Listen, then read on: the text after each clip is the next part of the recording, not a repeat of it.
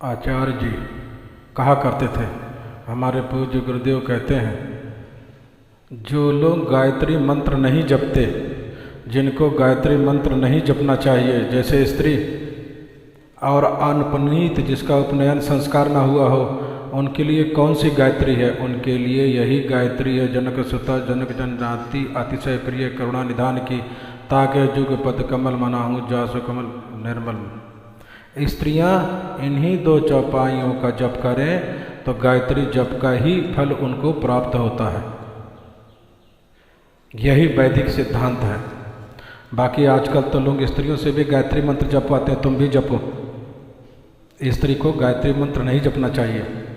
वेद व्यास जी कहते हैं, स्त्री द्विजबंधो नाम त्रयेन सत्गोचरः, इनके लिए गायत्री मंत्र का विधान नहीं है, क्योंकि स्त्री का यज्ञ पवित्र संस्कार नहीं होता, इसलिए स्त्रियों को गायत्री मंत्र का उच्चारण नहीं करना चाहिए। अब तो महाराज स्थिति ये है कि धर्म के विषय को धर्म की दृष्टि से लोग नहीं समझना चाहते, अपने दृष्टि से अपने मन से उसको प्रभाषित करते हैं। गायत्री मंत्र को लोग माइक में पढ़ते हैं। आजकल तो गायत्री मंत्र की कैसेट आ गई, लोग लगाते और सुनते हैं, दिन भर घर में बजता रहता है, जबकि गायत्री मंत्र का विधान है, गायत्री मंत्र का उच्चारण जोर से नहीं होना चाहिए। जो पुरुष वेद पढ़ते हैं उन पुरुषों के लिए भी नियम है कि गायत्री मंत्र को इतने धीरे से पढ़ें कि अपने कान को भी न सुनाई पड़े। दूसरे कान को सुनाई पड़े तो बहुत दूर की बात, अपने भी कान को सुनाई न पड़े।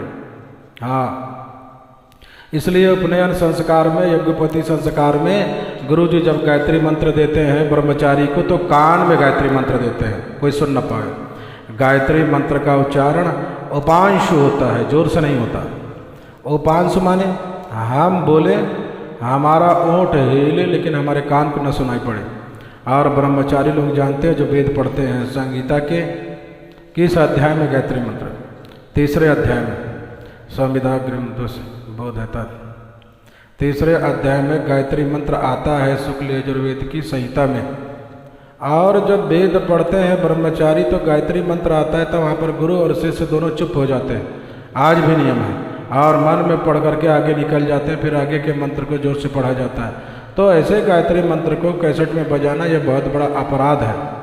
अगर आप सनातनी परंपरा को मानते हैं, तो उसमें विश्वास रखते हैं, श्रद्धा रखते हैं, तो ऐसा काम मत करो, किसी के कहने में मत करो।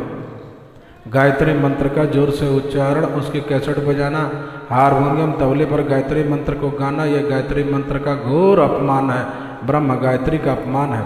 इससे बचें। धर्म के नाम पर कुछ भी कर लेंगे धर्म हो जाएगा, ऐसा नहीं है। धर्म शास्त्र के अनुकूल होता है। आप पाप पुण्य की परिभाषा शास्त्र तय करता है, उचित अनुचित की परिभाषा शास्त्र तय करता है। इसलिए शास्त्र की सीमा में रह करके जब हम धर्म को समझेंगे, तभी वास्तविक रूप से धर्म का तत्व हमें प्राप्त होगा। गीता में भगवान ने कहा है, मैं तो कहता हूँ, गीता, रामायण, इन सारे दिव्य ग्रंथों की एक पंक्ति भी अगर व्यक्ति ठीक ठीक समझ ले तो वह नहीं भटक सकता है। लेकिन मजबूरी तो यह है, पढ़ते तो पूरा है, समझते कुछ नहीं। पूरी गीता लोग पढ़ जाते हैं, और गीता का एक श्लोक अगर ध्यान से पढ़ लें, भगवान कृष्ण कहते हैं, यो शास्त्र विधि मुत्सृज्यते, जो व्यक्ति शास्त्र की विधि को छोड़ करके वर्तते कामकारतः, अपने मन से कार्य करता है, न सिद्धि वापन, उसको सिद्धि नहीं प्राप्त होती, ना सुखम, उसे सुख नहीं प्राप्त होता, ना पराम गति, न मरने के बाद उसे परम गति की प्राप्ति होती। अर्जुन ने कहा तो फिर क्या करना चाहिए? तो भगवान ने कहा, तस्मात् प्रमाणम ते कार्य व्यवस्थित, क्या करना है क्या नहीं करना है, इसमें शास्त्र प्रमाण है, जो शास्त्र का है वो करना चाहिए। अपनी बुद्धि मत लगाओ। अपनी बुद्धि लगाओगे तो फिर पछताओगे, नुकसान होगा। बुद्धि लगा करके अपनी जबरदस्ती खींचातानी करके उसका नया नया अर्थ लोग करने के चक्कर में रहते हैं, उसको अपनी पंडिताई समझते हैं। लेकिन हमारे यहाँ कहा संतों ने, खींच खांच मीज माज, शास्त्र को न कीजिए, जामे रस बनो रहे वो सो ही अर्थ कीजिए। शास्त्र की खींचातानी मत करो, मनमानी मत करो, जिसमें सिद्धांत बचे वह कार्य करना चाहिए, वही अर्थ स्वीकार है, तब शास्त्र की मर्यादा है। तो समस्त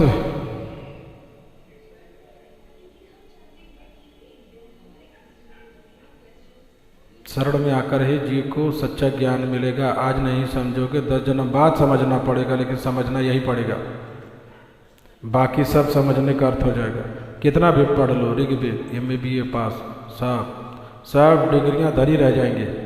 सिद्धांत तो यही है। तो कर्म सृष्टि का मूल है और कर्म का फल सबको प्राप्त होता है।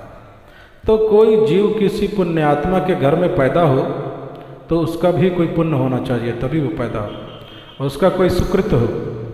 तो दशरथ जी महाराज इतने बड़े पुण्यात्मा हैं, इनके जैसा पुण्यात्मा कोई है ही नहीं।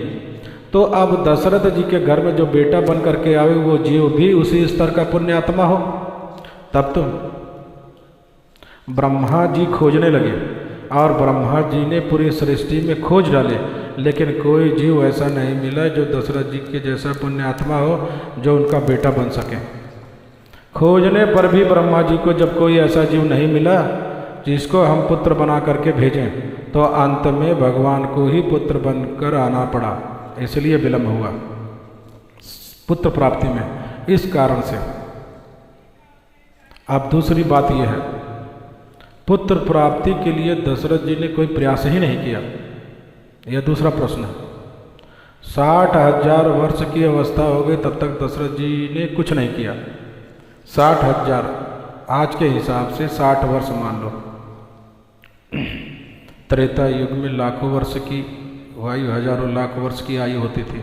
तो 60,000 वर्ष का मतलब 60 वर्ष, और आज के हिसाब से 60 वर्ष अगर माना जाए तो विवाह शादी होने के बाद 20-22 साल 25 साल में शादी हुई तो 2 साल 3 साल 4 साल बीतते बीतते माता पिता को, घर परिवार को चिंता होने लगती कि बेटा बेटी कुछ नहीं हुआ। 5-6 साल बीते तो गुरु गोविंद मंदिर, तीर्थ, मत्था टेकना, पूजा पाठ, आशीर्वाद की जरूरत महसूस होने लगती है? जहाँ जाते हैं वहीं प्रार्थना करते हैं, महाराज कृपा करो इनकी गोद भर जाए। और दशरथ जी महाराज 60,000 वर्ष के हो गए, आज तक कहीं नहीं गए। न गुरु जी से कहा, न किसी मंदिर में गए, न कहीं मत्था टेका, न कोई यज्ञ किया, न कोई अनुष्ठान किया।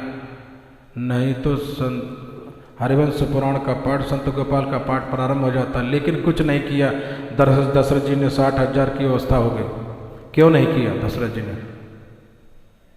दशरथ जी ने इसलिए नहीं किया, दशरथ जी को स्मरण है पूर्व जन्म में दशरथ जी महाराज स्वयं मनु शत्रुपा के रूप में कौशल्या, इन दोनों ने नैमिषारण्य में जाकर के तप किया था। स्वयंभू मनु अक्षर रूपा जिनसे भई न सृष्टि रूपा अनुपा। नैमिषारण्य में जाकर के तीर्थ व्रत नैमिष विख्याता तीर्थराज नैमिषारण्य में जाकर के, प्रसिद्ध तीर्थराज नैमिषारण्य में जाकर के स्वयं मनु और शत्रुपा ने तप किया, भगवान का दर्शन प्राप्त किया। 23,000 वर्ष तक तप किया। भगवान प्रसन्न हो गए, भगवान ने दर्शन दिया, और भगवान ने जब दर्शन दिया तो भगवान ने कहा मांगो, क्या वरदान मांगना चाहते हो? सकुच दिहाय मांग मोहि, संकोच छोड़ करके मुझसे मांग लो जो चाहिए। भगवान तो भक्त वांछा कल्पत्रु हैं।